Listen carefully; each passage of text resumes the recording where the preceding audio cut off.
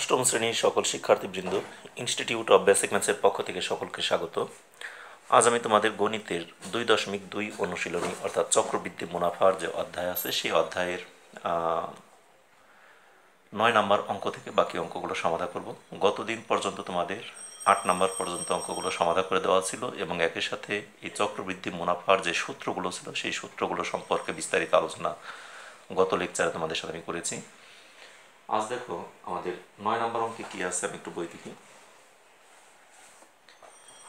এখানে আমাদের 9 আছে বার্ষিক একই হার মুনাফায় কোনো মূলধনের 1 বছরান্তে চক্রবৃদ্ধি মূলধন 6,500 টাকা এবং 2 বছরান্তে চক্রবৃদ্ধি মূলধন 6,760 টাকা হলে মূলধন কত? তাহলে অরিজিনালি মূলধন কত ছিল সেটা আমরা জানি না, সেটি আমাকে বের করতে বলছে। 1 বছর পর চক্রবৃদ্ধি মুনাফা সহ মূলধন দাঁড়ায় 6,500 টাকা, আর 2 বছর পর সেই মূলধনটাই চক্রবৃদ্ধি মুনাফা সহ টোটাল মূলধন দাঁড়ায় 6,760 টাকা। এমত অবস্থায় মূলধন কত ছিল সেটা আমাকে বের করতে হবে। তাহলে মূলধন কত ছিল, মনে করি আমরা মূলধনের একটা নির্দিষ্ট অ্যামাউন্ট ধরে নিই। আমরা দেখো, মনে করি মূলধন হলো তোমার যে কোনো একটা পরিমাণ আমরা ধরি।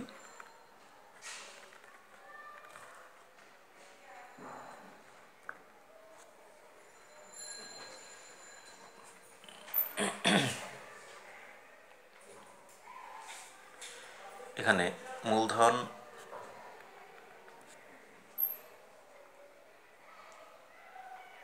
নয় নম্বর অঙ্ক,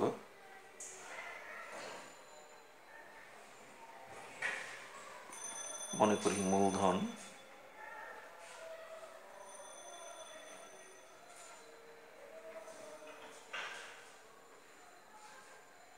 পি, মুনাফার হার আর, এই দুটো আমরা ধরে নিলাম। এখন বইতে আমাদের সময় দেওয়া আছে, কিন্তু সময়টা বলে দেওয়া আছে এখানে কত বছরের জন্য, 1 বছর এবং 2 বছর, বিভিন্ন সময়গুলোকে আমাদের এখানে উল্লেখ করে দেওয়া আছে। ঠিক আছে, তাহলে এখানে আমরা লিখি, সুতরাং প্রথম বছরান্তে, মানে 1 বছরের শেষে, প্রথম বছরান্তে সবৃদ্ধি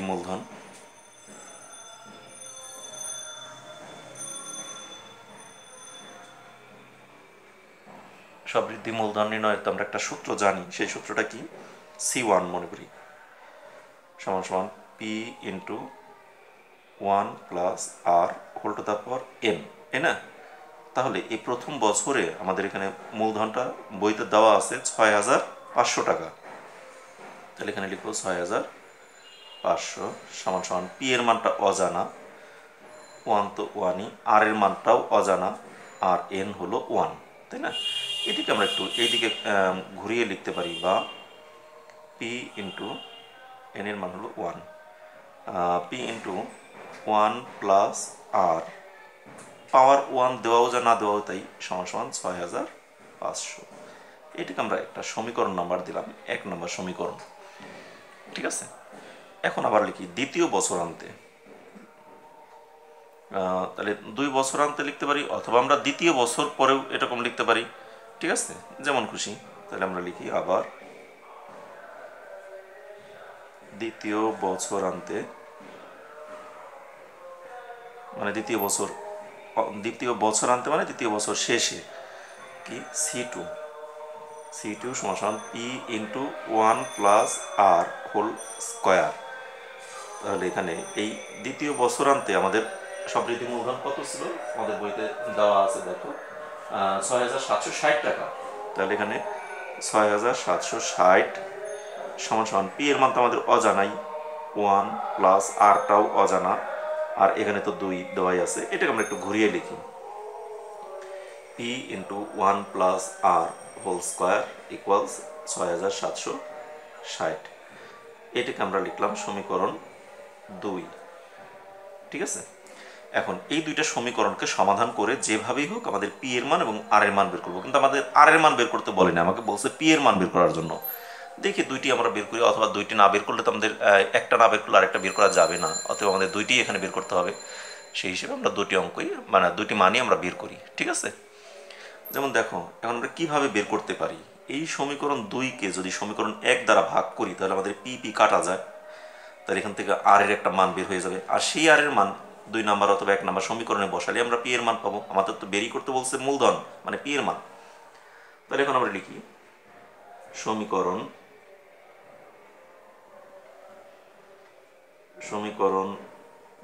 2কে সমীকরণ 1 দ্বারা ভাগ করে পাই।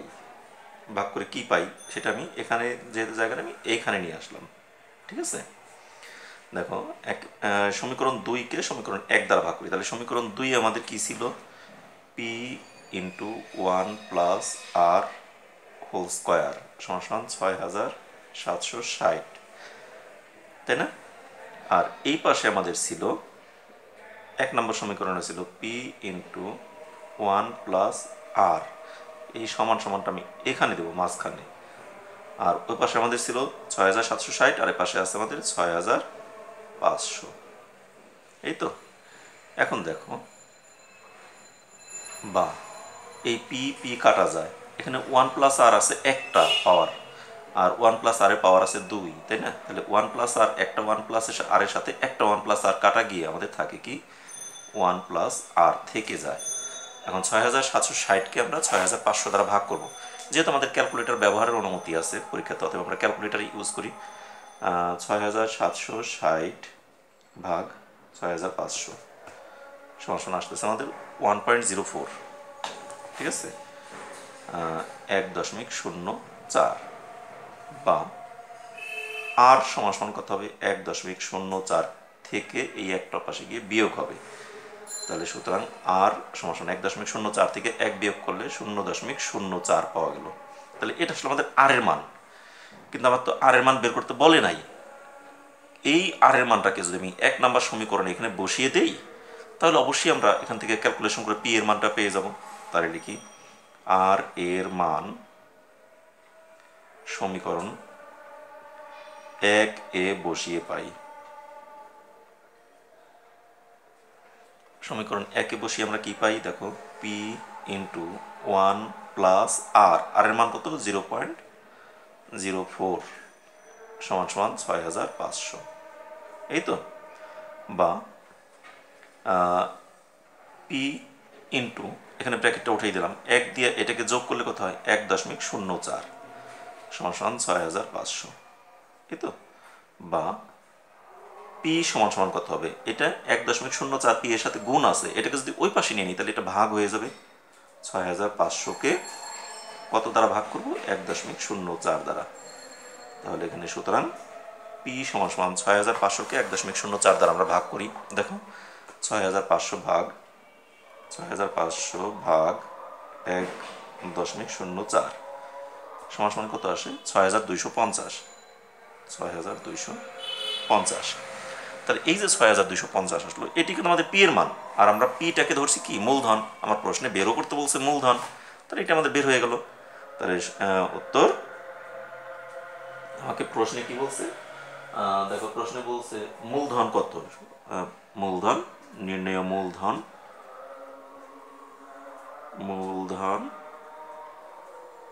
সমান 6250 টাকা, এটি অ্যান্সার। তার আমাদের অঙ্কগুলো খুব সহজ হয়ে গেল না। তাহলে দেখো আমরা একটা অঙ্ক কিন্তু খুব সহজে সমাধান করে ফেলতে পারলাম। আমাদের মূলধনটা অজানা ছিল, মূলধনটা ধরে নিছি, মুনাফার হারটা আমাদের ধরে নিছি, কারণ মুনাফা এবং আর পি এই দুইটা নিয়ে আমাদের অঙ্কটাকে সমাধান করতে হবে। 1 বছরান্তে যেহেতু তাদের টোটাল চক্রবৃদ্ধি মূলধন হয়েছিল 6500 টাকা, তাহলে আমরা এই সূত্রের মধ্যে প্রয়োগ করে এখান থেকে আমরা একটা সমীকরণ পেলাম। 2 বছরান্তে মানে C2 ধরলাম এটাকে, এখানে আমাদের স্কোয়ার যেহেতু 2 বছর, এই প্রয়োগ করে এখান থেকে আমরা একটা সমীকরণ পেলাম। এই 2 নং সমীকরণকে 1 নং সমীকরণ দ্বারা ভাগ করে আমরা এখান থেকে আর এর মানটা বের করলাম। সেই আর এর মানটাকে আমরা 1 নম্বর সমীকরণে বসিয়ে পি এর মানটা বের করে ফেললাম। একদম সহজ অঙ্ক, তোমরা আশা করি সবাই বুঝতে পেরেছো। খুব সহজই একটা অঙ্ক, এভাবে আমরা প্রতিটি অঙ্ক খুব সহজভাবে সমাধান করে ফেলতে পারি। দেখো এরপর আমরা পরবর্তী অঙ্কে চলে যাই। দেখুন 2 নম্বর অঙ্কটা।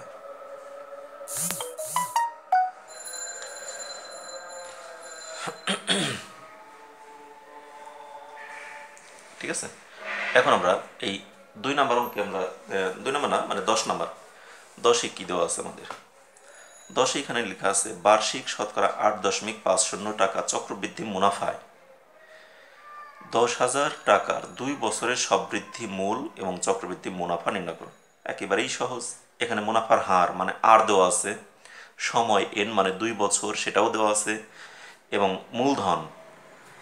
মূলধন দেওয়া আছে 10,000 টাকা। তাহলে এই টাকা থেকে আমাদের সি কত হবে? সি সমান আমরা জানি কি 1+r⁴n, যেহেতু 2 বছর, ওই সূত্রের মাধ্যমে আমরা সি বের করবো। আর সি মানে কি? সববৃদ্ধি মূলধন মানে বৃদ্ধি সহ মূলধন কত হলো। সেই বৃদ্ধি সহ মূলধন যা হয় সেটি আমাকে বের করতে বলছে, বের করে ফেললাম। একই সাথে বলছে চক্রবৃদ্ধি মুনাফা কত, সেই বৃদ্ধি সহ মূলধন থেকে যদি আমরা এই 10,000 অর্থাৎ মূলধনটা বিয়োগ করি তাহলেই পেয়ে যাব মুনাফা। একেবারেই সহজ। 10 নম্বর অঙ্কটা দেখো আমরা করে ফেলি।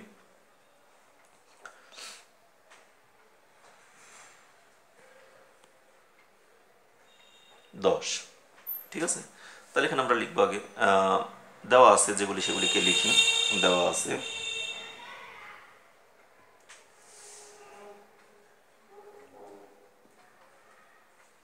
আছে মুনাফার হার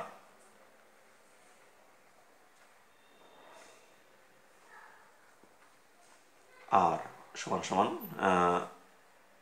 8.5%। এটাকে পার্সেন্টেজ যদি উঠিয়ে দেই 8.5-কে 100 দ্বারা ভাগ হবে। ঠিক আছে, 100 দ্বারা ভাগ করলে 0.085 এটা চলে আসে। ঠিক আছে, আমরা মুনাফার হারটা পেয়ে গেলাম। আরও কি দেওয়া আছে? প্রারম্ভিক মূলধন মানে প্রাথমিক যে আমাদের মূলধনটা কত সেটাও দেওয়া আছে। এখানে লিখি প্রাথমিক মূলধন, প্রাথমিক অথবা প্রারম্ভিক যে ভাষাটাই লিখো, প্রারম্ভিক মূলধন পি সমান সমান আমাদের দেওয়া আছে 10,000 টাকা।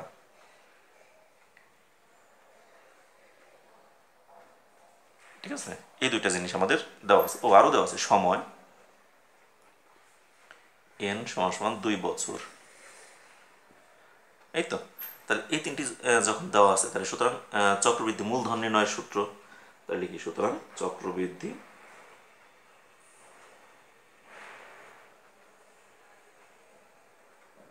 মূলধন সি সমান সমান কি পি ইন্টু 1+r⁴n, তাই না? তাহলে পি এর মান কত? 10,000। 1 তো 1ই, আর এর মান আমরা কত পেয়েছি? 0.085, আর এন এর মান হলো 2। এগুলোকে ক্যালকুলেশন করবো শুধু। 10,000 আর এখানে হবে 1.085, এটা যোগ করলে 0.085-এর সাথে 1 যোগ করলে তাহলে 1.085, এটার হোল স্কোয়ার মানে 2 বার। তাহলে এটাকে আমরা হোল স্কোয়ার বের করতে পারি সাইন্টিফিক ক্যালকুলেটর দিয়ে, অথবা আমরা সরাসরি গুণ করি, 2 বার গুণ করলেই হয়ে যায়। 1.085 গুণন 1.085, 2 বার গুণ করলাম, তাহলে আসে কত আমাদের?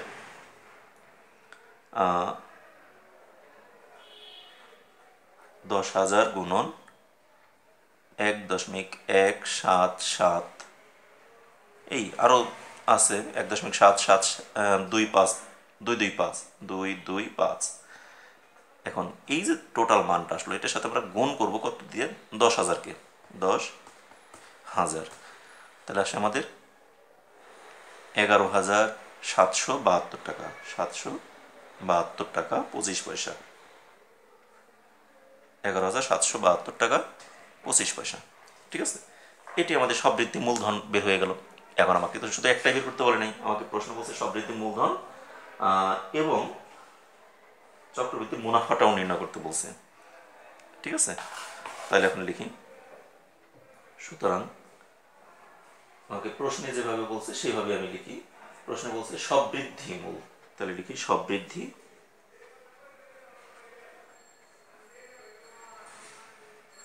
মূল সমান সমান 11,772 টাকা 25 পয়সা, মানে এত টাকা।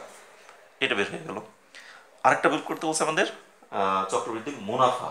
ঠিক আছে, তাহলে লিখি এটার পর আমরা এখানে চলে যাই। সুতরাং চক্রবৃদ্ধি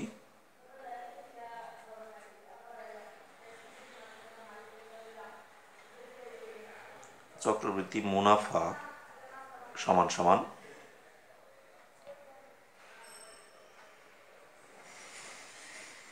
সবৃদ্ধি মূলধন বা মূল বিয়োগ প্রাথমিক মূলধন। তাহলে সবৃদ্ধি মূল আমরা যেটা পেলাম, কত পেলাম? 11,772 টাকা 25 পয়সা বিয়োগ 11,772 টাকা 25 পয়সা থেকে আমরা বিয়োগ করব প্রাথমিক মূলধন হলো 10,000। ঠিক আছে, তাহলে এত কি টাকা। ওকে, এখন এটাকে আমরা বিয়োগ করলে দেখো 10,000 বিয়োগ করলে এইটা থাকবে শুধু 1772। এখানে সহজ হিসাব। 11,000 থেকে 10,000 বাদ দিলে তোমার কি 1,000, আর যে 772 যেটা আছে ওইটি থাকবে 1,772 টাকা 25 পয়সা টাকা। এই তো উত্তর দুইটা লিখব। উত্তর সবৃদ্ধি মূল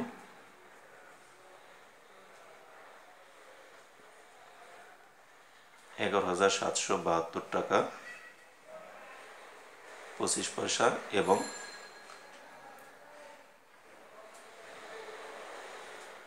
চক্রবৃদ্ধি মুনাফা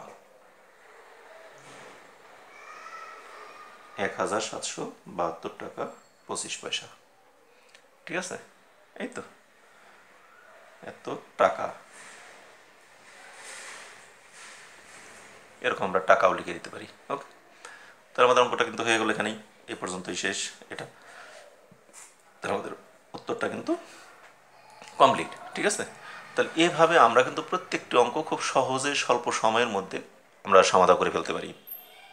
আমাদের কিন্তু দুটি অঙ্ক হয়ে গেল, 10 নাম্বার, 9 এবং 10। ঠিক আছে, এবার দেখি আমরা 11 নম্বর অঙ্কটাও সমাধান করে দিই। দেখো 11 নম্বরে আমাদের কি আছে?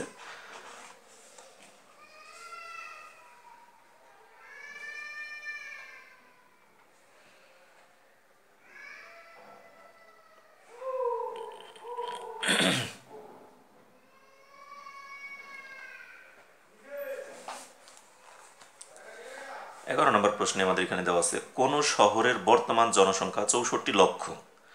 শহরটির জনসংখ্যা বৃদ্ধির হার প্রতি হাজারে 25 জন হলে 2 বছর পর ওই শহরের জনসংখ্যা কত হবে?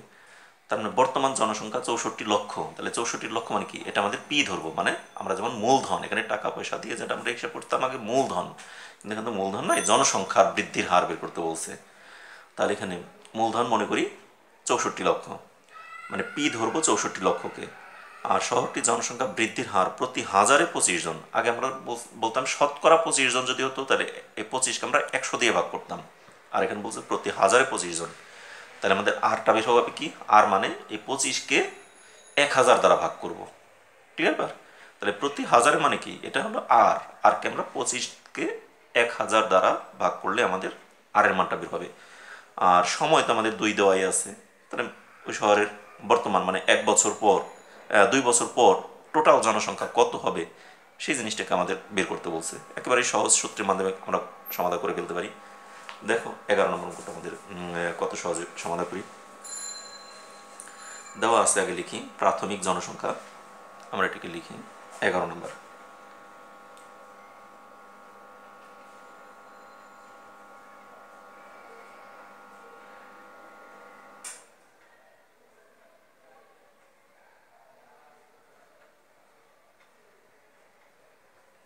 প্রাথমিক জনসংখ্যা, এই প্রাথমিক জনসংখ্যাকে আমরা এটাকে পি ধরে নিই। ঠিক আছে, পি সমান 64 লক্ষ। 64 লিখে আমরা লক্ষ বলতে আর কথায় লিখবো না, এটাকে আমরা অঙ্কে লিখে দেবো। 64 লিখে 1 2 3 4 5, তাহলে 64 লক্ষ হয়ে গেল।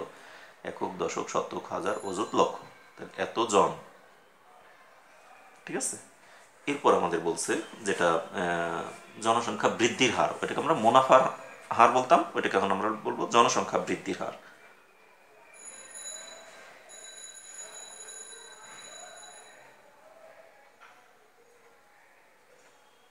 জনসংখ্যা বৃদ্ধির হারকে আমরা ধরবো আর আর সমান সমান বলছে কি 1000-এ 25 জন, তাই না? তাহলে এখানে আমরা সরাসরি লিখি 25 ডিভাইডেড বাই 1000, ঠিক আছে? এইভাবে আমরা লিখে দিই। তাহলে 25কে 1000 দ্বারা ভাগ করলে কত হয়? 1 2 3টা শূন্য, তার মানে 1 2 3 ঘর পর দশমিক চলে আসবে, ঠিক আছে? তার মানে 3টা ঘর পরে আমাদের দশমিকটা বাম দিকে চলে আসবে, অর্থাৎ এখানে 0.025। দেখো তোমরা এইভাবে না বুঝলেও ক্যালকুলেটর দিয়ে করে ফেলতে পারো। যেমন 25কে 1000 দ্বারা ভাগ দাও, 25 ভাগ 1000 সমান সমান কত আসলো? 0.0, এখানে কিন্তু আমার ইজিলি ক্যালকুলেটরও দেখা যাচ্ছে 0.025, ঠিক আছে? আমার এটা আমরা বের করে ফেললাম। আর সময় দেওয়া আছে n সমান সমান 2 বছর। এই তো এখন আমাকে বের করতে বলছে বর্তমান 2 বছর পর মোট জনসংখ্যা কত হবে, এটাই। সুতরাং 2 বছর পর শহরের জনসংখ্যা হবে, তাহলে লিখি সুতরাং 2 বছর পর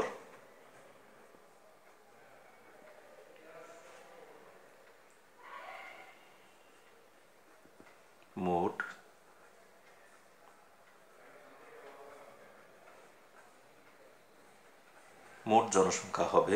এটাকে আমরা যে সূত্রটাকে প্রয়োগ করি, সি সমান সমান P into 1 plus r whole to the power n. তাহলে সি তো আমাদের অজানা, ঠিক আছে? তাহলে পি এর মান কত আমাদের জানা আছে? 64 লক্ষ। 64 লিখে 1 2 3 4 5, আর এখানে 1 যোগ আর এর মান আমরা কত পাইছি? 0.025, তার পাওয়ার এন মানে 2। 64 1 2 3 4 5, আর এখানে 1.025, তার পাওয়ার হলো 2। 64 1 2 3 4 5, তার সাথে গুণ করব 1.025, এটাকে স্কোয়ার করা মানে 2 বার।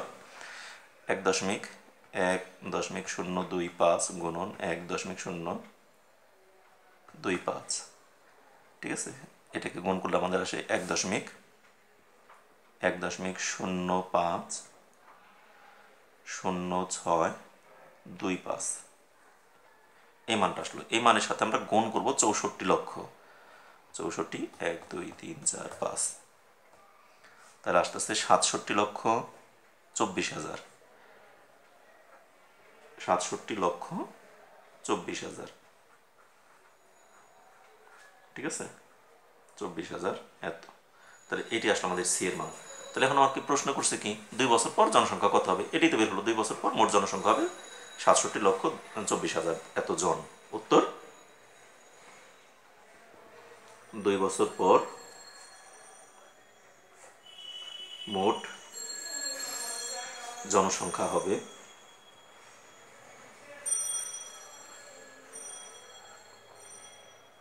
67,24,000 জন। শেষ। তার মধ্যে কিন্তু 11 নম্বর অঙ্কটা কমপ্লিট হয়ে গেল। একদম খুব সহজ সহজ অঙ্ক। আমি তো আগেই বলছি এই চ্যাপ্টারের অঙ্ক কিন্তু শুধু সূত্রে প্রয়োগ করে আমরা অঙ্কগুলোকে সমাধা করে ফেলতে পারি খুব সহজে, সহজ অল্প সময়ের মধ্যে। তা ঠিক আছে, আমাদের এখানে 9 10 11 তিনটি অঙ্ক কিন্তু কমপ্লিট হয়ে গেল। আরেকটা অঙ্ক আছে আমাদের 12 নম্বরটাও করে ফেলি। এরপর 13 14 দুইটি আছে সৃজনশীল, এই দুইটি আমি পরের দিন করে দেব, ঠিক আছে? দেখো আমরা 12 নম্বরটাও করে দিই আজকে, আর 13 14 এই দুইটি অঙ্ক যেহেতু সৃজনশীল প্রশ্ন, এই দুটিকে আমরা পরের দিন সমাধান করে দেব। এখন 12 নম্বরে এখানে বলছে কি, এক ব্যক্তি একটি ঋণদান সংস্থা থেকে বার্ষিক 8% চক্রবৃদ্ধি মুনাফায় 5,000 টাকা ঋণ নিলেন। ঋণদান সংস্থা মনে করি ব্যাংক, একটি ব্যাংক থেকে 8% মুনাফায় সে 5,000 টাকা ঋণ নিলেন। প্রতি বছর শেষে 2,000 টাকা করে পরিশোধ করেন। দ্বিতীয় কিস্তি পরিশোধের পর তার আর কত টাকা ঋণ থাকবে, ঠিক আছে? তাহলে এখন এই অঙ্কটাকে আমরা সমাধান করতে হলে আমাদের প্রাথমিক মূলধন তো দেওয়াই আছে 5,000 টাকা, প্রাথমিক মূলধন মানে পি। আবার মুনাফার হার মানে আর দেওয়া আছে 8%, দুইটা জিনিসই আমাদের জানা আছে। আবার এখানে কিন্তু দ্বিতীয় কিস্তি মানে 2 বছর, সেই 2 বছরকে আমরা এন সমান 2 লিখতে পারবো না, কারণ এখানে 2 ধাপে অঙ্কটা করতে হবে। কিভাবে? প্রতি বছর শেষে এত টাকা পরিশোধ করেন, তার মানে আমাদের 1 বছর শেষে মূলধন কত হয়, টোটাল মূলধনটা চক্রবৃদ্ধি মূলধন কত দাঁড়ায় সেটা আমরা বের করব এবং সেখান থেকে 2000 টাকা ব্যাংককে পরিশোধ করে ফেলে। পরিশোধ করার পর যেই টাকাটা থাকে সেইটা তার আবার নতুন অবস্থায় আমাদের কি প্রাথমিক মূলধন হিসাবে আবার ওইটাকে ধরবো। ওই টাকা 1 বছর পর আবার কত টাকা হয় সেখান থেকে দ্বিতীয় কিস্তিতে আবার 2000 টাকা পরিশোধ করে, করার পর যে টাকাটা থাকবে সেইটি হবে তার আমার উত্তর। এই যে বলছে কি দ্বিতীয় কিস্তি পরিশোধের পর তার আর কত টাকা ঋণ থাকবে। প্রশ্নটা বুঝতে পারছো? একেবারেই সহজ একটি প্রশ্ন। আমি একটা সহজ উদাহরণের মাধ্যমে তোমাদেরকে একটু বোঝাই। যে কোনো একটি আমি উদাহরণ দিয়ে তোমাদেরকে বোঝাই। যেমন মনে করো আমার এরকমও হতে পারে যে প্রথম আমার 1000 টাকা আমি ব্যাংকে রাখছি, সেই 1000 টাকা 1 বছর পর আমার হলো কত, মুনাফা সহ হয়ে গেল 1800 টাকা। ঠিক আছে, কিন্তু আমি এই 1800 টাকা থেকে আমি প্রতি মাসে 1200 টাকা পরিশোধ করে দিলাম। এখান থেকে যদি 1 বছর পর 1800 টাকা হলো, সেখান থেকে আমি যদি মাইনাস করলাম 1200 টাকা পরিশোধ করার পর আমার রয়ে গেল কত, 600 টাকা। 600 টাকা রইল। সেই 600 টাকা আবার 1 বছর পর আমার হইল মনে করি 1100 টাকা হয়ে গেল। 1 বছর পর মুনাফা সহ 1100 হলো। সেখান থেকে আবার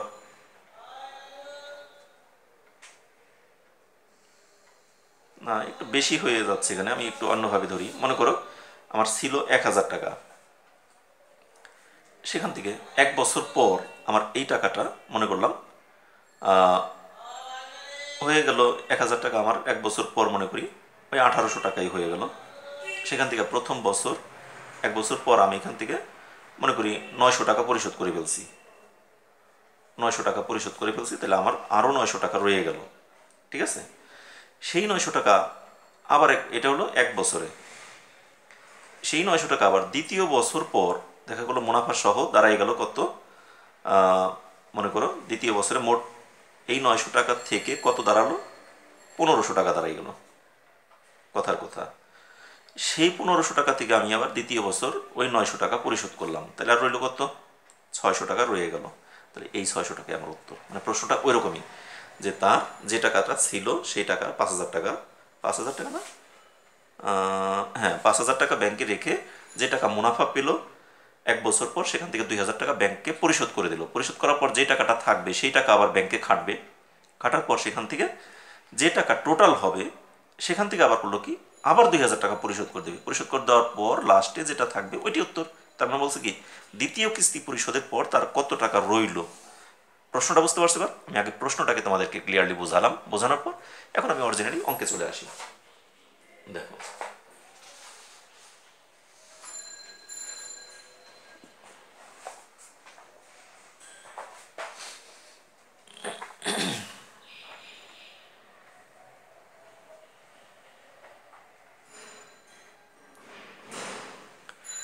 দেখো এখানে আমরা ধরে নিই এটা কত নম্বর, 12 নম্বর, তাই না?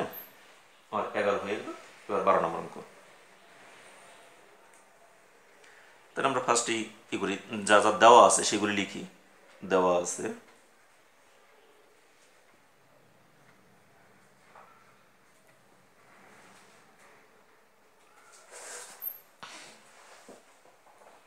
দেওয়া আছে প্রাথমিক মূলধন বা হ্যাঁ প্রারম্ভিক মূলধন বা প্রাথমিক মূলধন যেটাই ধরি না কেন, ঠিক আছে?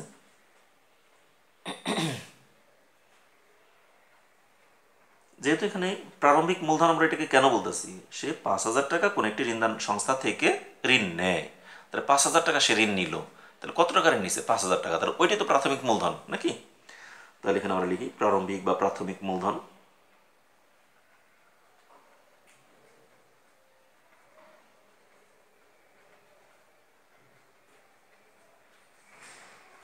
পি সমান সমান 5000 টাকা। এরপর আমরা আসি মুনাফার হার,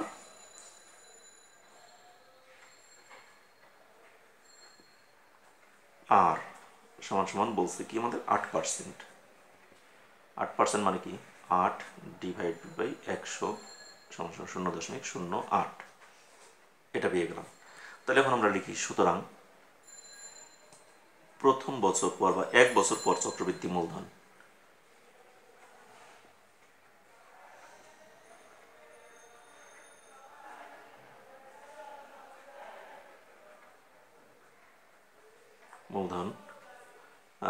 সি সমান সমান কত হবে P into 1 plus r whole to the power n, এই তো।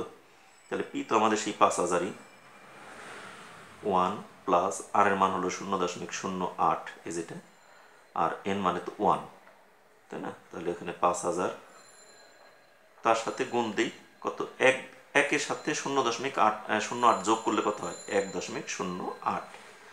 তাহলে এই 5000-এর সাথে 1.08কে আমরা গুণ করব, ঠিক আছে? তাহলে 5000 গুণন 1.08 সমান সমান 5400 টাকা, 400। তাহলে এখন এই যে 5400 টাকা হলো, এখন এটাকে আমরা কি করব দেখো, এখানে এই 5400 টাকা থেকে সে কি করলো, কত টাকা পরিশোধ করছে, সে পরিশোধ করছে কিন্তু 2000 টাকা, তাই না? ব্যাংকে 2000 টাকা পরিশোধ করে দিছে। তাহলে 2000 টাকা পরিশোধ করার পর তার কাছে আর কত রইলো সেটা আমাকে বের করতে বলছে, তাই না? তাহলে এখন এই 5400 টাকা, তাহলে ঋণ গ্রহীতা প্রথম বছর শেষে মানে যে ঋণ গ্রহণ করছিল বা যে ঋণ নিছে সে প্রথম কিস্তিতে 2000 টাকা পরিশোধ করে, তাই না? তাহলে দ্বিতীয় বছরের জন্য তাহলে তার কত টাকা রইল, তাহলে এখন লিখি ঋণ গ্রহীতা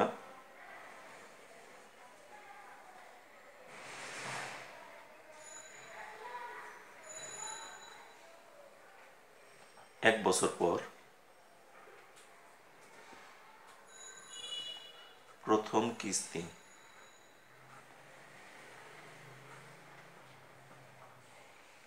এখানে আমরা লিখতে পারি প্রথম কিস্তি পরিশোধের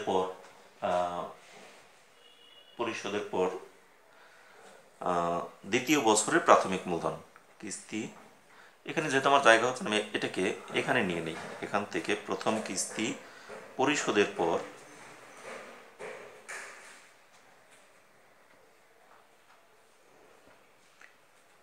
দ্বিতীয় বছরের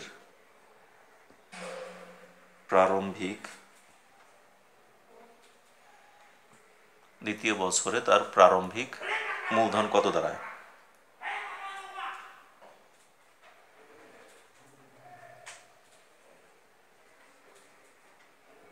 হয় কত 5000, এই 400 টাকা তো তার এক বছর পর হয়েছে, সেখান থেকে সে পরিশোধ করছে কত 2000 টাকা, 2000 টাকা পরিশোধ করছে না?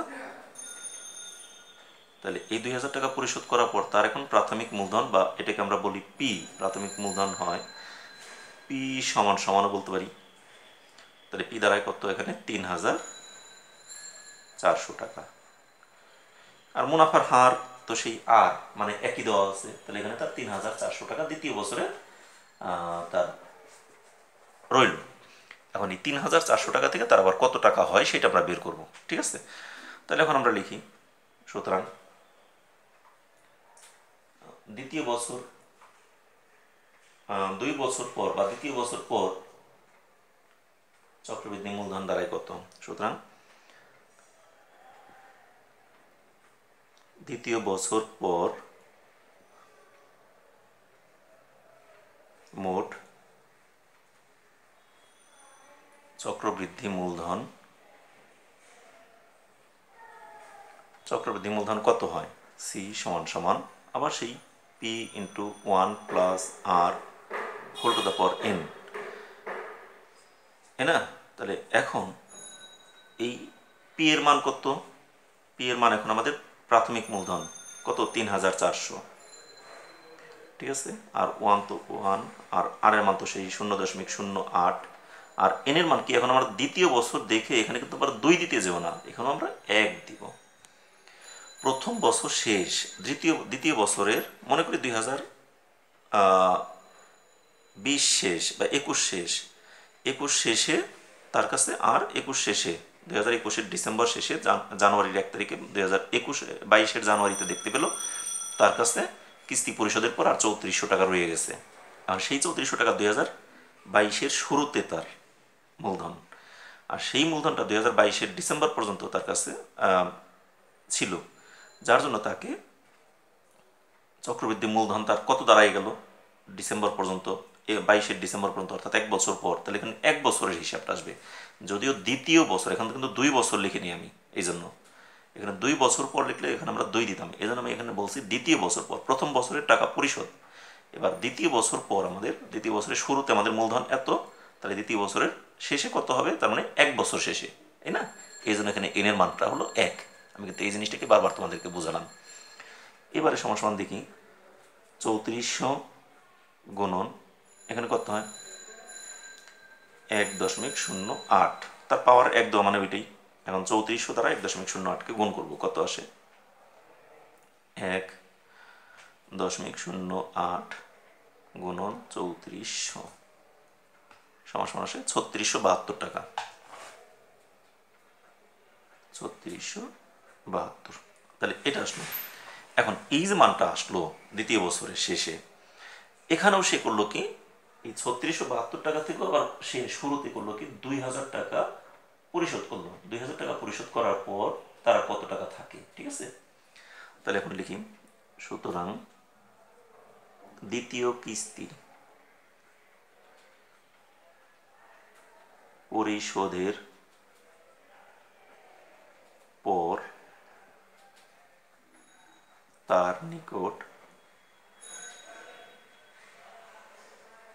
থাকে, দ্বিতীয় কিস্তি পরিশোধের পর তার নিকট থাকে কত, মোট ছিল কত দ্বিতীয় কিস্তিতে, তার কাছে ব্যাংক বা ঋণদাতা পাবে কত 3672 টাকা। এখান থেকে সে দ্বিতীয় কিস্তিতে দিল কত 2000 টাকা। তাহলে এই 3672 থেকে 2000 বাদ দিলে যে টাকাটা থাকে, এই টাকাটাই তার অবশিষ্ট রইল, ঠিক আছে? তাহলে এখানে বিয়োগ করলে কত হয় 1672 টাকা। কারণ 3672 থেকে 2000 বাদ দিলে 1672 টাকা, এটি। তাহলে আমাকে প্রশ্ন করছে কি, দ্বিতীয় কিস্তি পর, অর্থাৎ দ্বিতীয় কিস্তি পরিশোধের পর তার আর কত টাকা ঋণ থাকবে। উত্তর, আর 1672 টাকা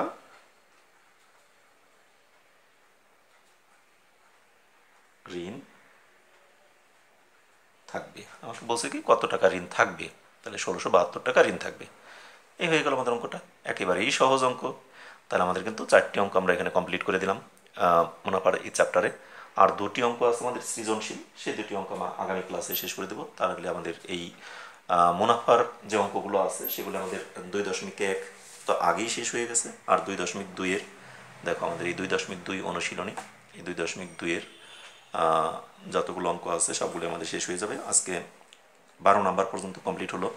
এরপর 13-14 এই দুটি আমি আগামী ক্লাসে সমাধান করে দেবো। 2টি সৃজনশীল প্রশ্ন, একটু সময় লাগবে কারণ এক একটি সৃজনশীল প্রশ্ন একটু বড় হবে। তো আমি 2টি অঙ্ক একদিনই সমাধান করে দেবো। তা ঠিক আছে, আজ এ পর্যন্তই। আগামী ক্লাসে তোমাদের সাথে আবার দেখা হচ্ছে। সে পর্যন্ত তোমরা সকলে ভালো থেকো, সুস্থ থেকো এবং নিরাপদে থেকো। আমাদের চ্যানেলের সাথেই থেকো। আমার ক্লাসগুলো যদি তোমাদের ভালো লাগে তাহলে অবশ্যই ক্লাস শেষে একটি করে লাইক দেবে এবং তোমাদের বন্ধু বান্ধব আত্মীয় স্বজন সবার সাথে ক্লাসগুলোকে শেয়ার করবে। একই সাথে বলবো, যারা এই চ্যানেলকে এখনও পর্যন্ত সাবস্ক্রাইব করোনি তারা অবশ্যই সাবস্ক্রাইব করবে। আর যারা এই চ্যানেলকে সাবস্ক্রাইব করেছো তাদেরকে অসংখ্য ধন্যবাদ। ধন্যবাদ সকলকে।